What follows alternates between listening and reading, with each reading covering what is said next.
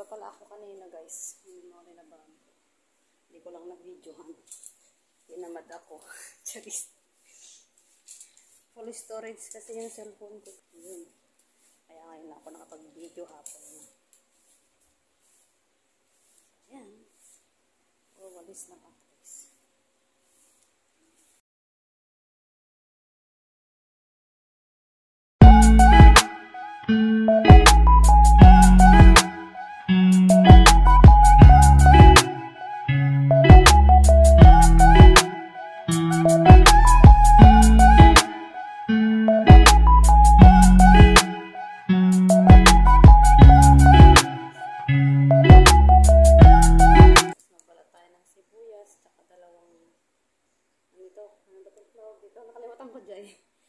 Dalawang bawang, dalawang ngipin na bawang. Ito pa lang niluluto ni ate guys sa kanto. So, ito ang ulam nila, yung pangsabaw nila. Tapos meron pa silang ulam din. So, mag-iiwa lang muna tayo guys. Isang ampalaya.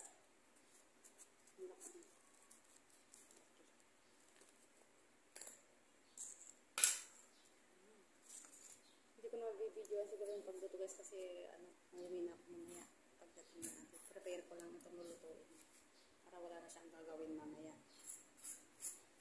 Ako lang mag-prepare. Siya lang magluto. Uwi na rin ako kasi mamaya guys pagdating. Wala pa kasi sila. Wala kasi kasama si nanay dito guys kaya nandito pa ako. May pinuntahan nyo yung mga namin kasama.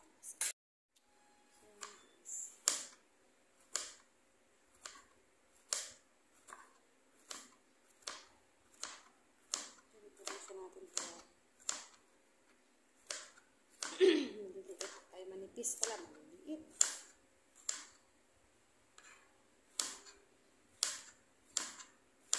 Ang init sobra. Hapon na pero ang init pa rin.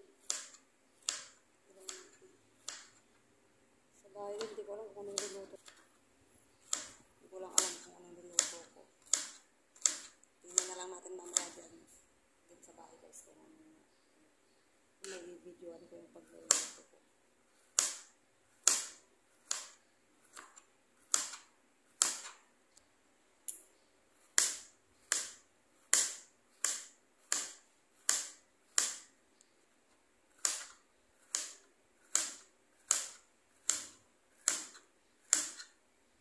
Tapos kung may walang pala yun. Ito siya. Ayan. Balatan na natin itong sibuyas na isa.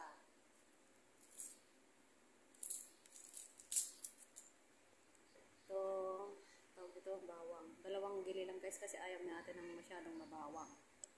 So, hiwain na natin. Kaduin nyo akong maghiwa. Charis. Kadu.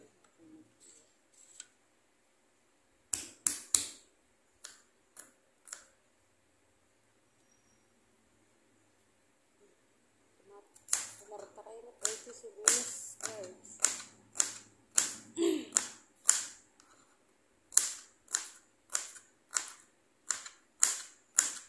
Yan. Ito. Sunod naman natin yung kanyang sahog na pork chop. So yan guys, nugasan ko muna. Bago ko hiwain. Saka kumuha ko ng mas malaking kutsilyo. Kasi maliit yun. Hindi na mahiwa.